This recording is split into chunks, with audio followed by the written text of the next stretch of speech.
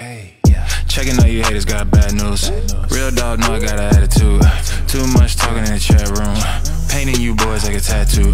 Thinking you step in the game and run up to me. Oh no, that's a bad move. Hey, doing whatever I want. The team on my back, do it like I had to. Hey, out of my way. Yeah, I'm tryna be great. Yeah, I feel amazing.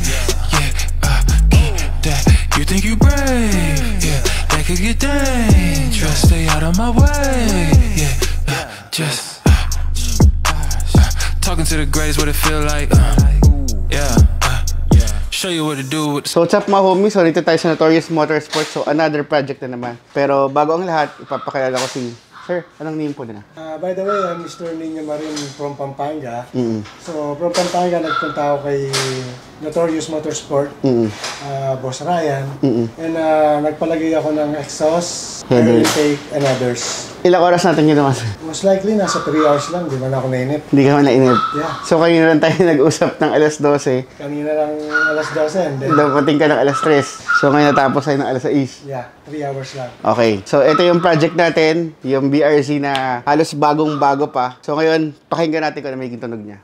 So, what's up mga homies? So, another car, another project na naman. So, nandito na naman tayo sa Notorious Motorsports. So, meron na naman tayong bagong project. Itong project natin, BRZ, na galing pa ng Pampanga. So, ano ba nangyari? Bakit siya napunta rito? So, galing ito sa ibang shop. So, kailangan namin ayusin yung ginawa na exhaust. So, ito yung ginawa namin. Nilagyan namin siya ng HKS na muffler tip. Ayan. Tapos, gumamit kami ng 2.5 na pipings. Ito yung pinaka customized muffler. Ayan. Tapos, kung makikita nyo, yung mga flanges kami. So, itong flanges na to, para madaling mag-repair ng exhaust kapag kailangan i-repair. At madaling baklas kabit. So, kaya natin nilalagyan ng mga flanges yan. Tapos, ito, 18-inch resonator, 2.5 pipings. Ayan. Yung J-pipe, pinalitan natin. 304 stainless pa rin syempre. Flexible pipe dahil para sa vibration. So ito, kailangan to ng mga naka-BRZ or naka-86 kasi ma-vibrate itong mga exhaust. Hindi pwedeng walang flexible pipe pag mga ganitong kotse. So ito, an equal length na headers para mag-rumble yung tunog. So syempre dapat tama yung pagkakabit ng mga oxygen sensor. So may positioning dapat yan para maiwasan natin yung check engine. So ngayon, pakinggan natin kung may tunog niya.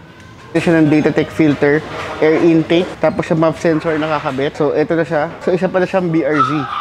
No? Nakaka-confuse talaga siya. Kasi dito Toyota, tapos may Subaru, tapos dito sa logo, BRZ. So, ayan ang ginawa natin. Nilagyan din natin siya ng headers, intake, at exhaust. Ngayon, pakinggan natin kung may tunog niya.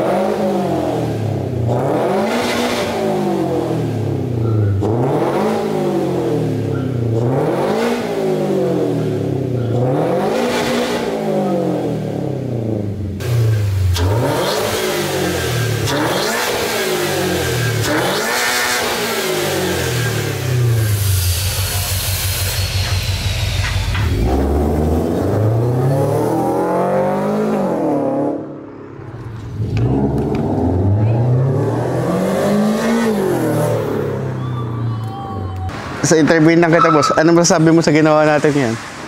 Wala akong masabi. Napakaganda ng performance. 100%. Okay na. Thank you, Notorious. Thank you, boss.